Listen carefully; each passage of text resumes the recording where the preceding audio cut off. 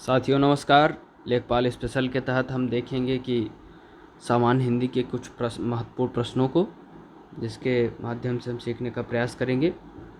एक छंद में कितने चरण होते हैं? तो एक छंद में 4 चरण होते हैं और 6 चरण प्रायः तब होता है जब 2 छंदों को मिलाया जाता है। जैसे कुंडलियों में क्या होता है, दोहा प्लस रोला। छप्पा में क्या होता है, रोला प्लस उल्लाला। तो 2 छंदों को मिलाकर 4 चरण होता है। और एक छंद में जब पूछा जाए कितने चरण होते हैं तो इसमें हो जाएगा 4 चरण होते हैं। अगले क्वेश्चन की बात करें तो गीदड़ भभकी, इसका मुहावरे का सही विकल्प हमें बताना है। तो इसका हो जाएगा गीदड़ भभकी का सही अर्थ कोरी धमकी। रस का संबंध किस धातु से माना जाता है? तो रस का संबंध श्री धातु से माना जाता है। अगले क्वेश्चन की बात करें तो 4 विकल्पों में से सही विकल्प का चयन करना है। और हाथी ने केला खाया, इसका कर्मवाच्य क्या हो जाएगा? हाथी द्वारा केला खाया गया। चिन्ह का अर्थ हमें बताना है, आधा रुकना यानी सेमीकालन का हमें बताना है। तो बी में जो एक फुल स्टॉप है और कामा का है, तो ये क्रम हमारा आधा रुकना कहा जाता है। दशानन, तो इसका सही समास क्या हो जाएगा? उचित विकल्प के रूप में हमें चयन करना है, 10 है आनंद जिसके। तो अगले क्वेश्चन की हम बात करें, यदि 7वें क्वेश्चन को यदि हम देखें, 4 विकल्प दिए गए हैं, उस विकल्प का चयन करना है। वाक्य का सबसे अच्छा एक शब्द विकल्प हमें चयन करना है, जो किसी भी स्थिति में टाला ना जा सके। तो जो किसी भी स्थिति में टाला ना जा सके वो अनिवार्य होता है, यानी उसको आपको सॉल्व करना ही है। जैसे किसी प्रश्न पत्र में कहा जाए कि 2 क्वेश्चन करना अनिवार्य है, तो उतना आपको करना ही पड़ेगा, अन्यथा आपकी मार्किंग कम हो जाएगी। तो जो किसी भी स्थिति में टाला ना जा सके तो अनिवार्य। 4 विकल्प दिए गए हैं और एक शब्द अनेकार्थी शब्द का एक अर्थ हमें बताना है, उस शब्द को चुनना है। तो अरुण, तो अरुण का जो अनेकार्थी हो जाएगा सूर्य हो जाएगा, क्योंकि सूर्य की मीनिंग जो प्रयोग किया जाता है अरुण अनेकार्थी शब्द में। 4 विकल्पों में से अधिकरण कारक की विभक्ति पहचानिए। तो इसमें हमें पहचानना है, तो में पर अधिकरण में क्या प्रयोग होता है? अधिकरण में पर, यानी कर्ता ने कर्म को करण से के द्वारा संप्रदान के लिए अपादान से अलग होने में अधिकरण में पर। 4 विकल्प दिए गए हैं, सही का चयन करना है। कौन सा पुरुषवाचक सर्वनाम का भेद नहीं है? तो अति उत्तम पुरुष जो है, इसमें पुरुषवाचक सर्वनाम का भेद नहीं है। अगले क्वेश्चन की बात करें तो 4 विकल्पों में से उस सही विकल्प का चयन करना है जो बताता है कि क्रिया भूतकाल से शुरू होकर अभी अभी समाप्त हुई हो। तो इसमें हो जाएगा आसन भूतकाल।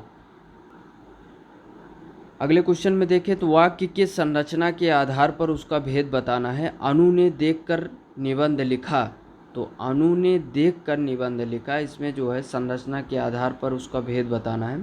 तो ये पूर्वकालिक क्रिया हो जाएगी। लिखा यानी पूर्वकालिक क्रिया। 4 विकल्प दिए गए हैं, उस विकल्प का चयन करना है। दिए गए शब्द का सही स्त्रीलिंग शब्द हमें चूज करना है।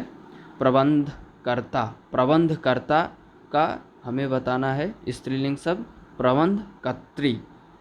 तो ये सी विकल्प हमारा सही हो जाएगा। नीचे दिए गए का सही बहुवचन हमें बताना है। नेता, नेता का सही क्या बहुवचन हो जाएगा? नेताओं। बहुवचन ही बताना है, विकल्प का चयन करना है। ऋतु, तो ऋतु का बहुवचन हो जाएगा ऋतुएं। स्वर रहित व्यंजन जब स्वर सहित व्यंजन से मिलता है तब क्या कहलाता है? संयुक्ताक्षर हो जाता है। स्वर रहित व्यंजन और जब स्वर सहित व्यंजन से मिलता है तो संयुक्ताक्षर कहलाता है। कौन सा व्यंजन नासिका द्वारा उच्चारित होता है? तो इन चारों में ज, ड, द, तो इन चारों में जो है सही हमारा हो जाएगा ल। ल का उच्चारण नासिका से होता है।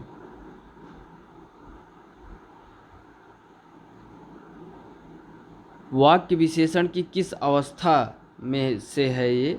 यह करेला कड़वा है, तो इसको हमें बताना है कि यह किस अवस्था में है। तो यह मूला अवस्था में है। यह करेला कड़वा है। इसका वाक्य विशेषण की किस अवस्था में है, तो ये मूला अवस्था में है, क्योंकि करेले का हमें विशेषता क्या बता रहा है, कड़वा है। विशेषता जो बताया वो विशेषण।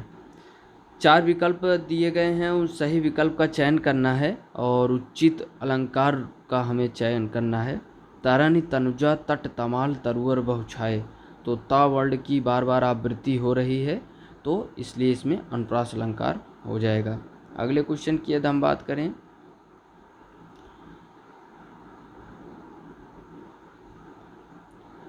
चार विकल्पों में से सही विकल्प का चयन करना है जो रेखांकित शब्दों का सही अव्यय का भेद है। आज दिन भर वर्षा होती रही, तो इसका क्या हो जाएगा, क्रिया विशेषण अव्यय। और अगले क्वेश्चन की बात करें तो सही विकल्प का चयन करना है जो अशुद्ध वाक्य के शुद्ध रूप का सबसे अच्छा विकल्प है। आप नानी के घर जाओ, तो इसका सही शुद्ध रूप हो जाएगा आप नानी के घर जाइए।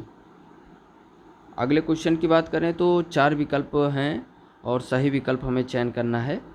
सही समान अर्थ वाला शब्द हमें चूज करना है।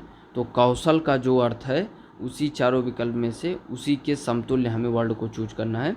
तो दक्षता इसका जो है सही हो जाएगा इसकी समान अर्थ वाली मीनिंग में। 4 विकल्पों में से उस विकल्प का चयन करना है जो प्रत्यय से नहीं बना है। तो प्रत्यय से नहीं बना है लालिमा, निमा, टुकड़ी, ली, शक्तिमान, आन, सफल। तो सफल जो है ये प्रत्यय से नहीं बना है। अगले क्वेश्चन की बात करें तो निम्न में से जो विकल्प दिया गया है और शब्द दिए गए हैं, शब्द का सही तद्भव रूप हमें बताना है। ग्राम ये तत्सम है, तो इसका तद्भव रूप हो जाएगा गांव। और उस विकल्प का हमें सही विकल्प का चयन करना है जो सही संधि विच्छेद वाला है, सूक्ति। तो सुधन उक्ति यानी सुंदर उक्ति, तो ये हमारा सही हो जाएगा, उसका सूक्त का संधि विच्छेद हो जाएगा सुधन उक्ति। तो धन्यवाद साथियों, ऐसे ही हम हिंदी के लिए प्रैक्टिस सेट करते रहेंगे, लेखपाल के लिए उपयोगी होगा। बहुत बहुत धन्यवाद। जय हिंद।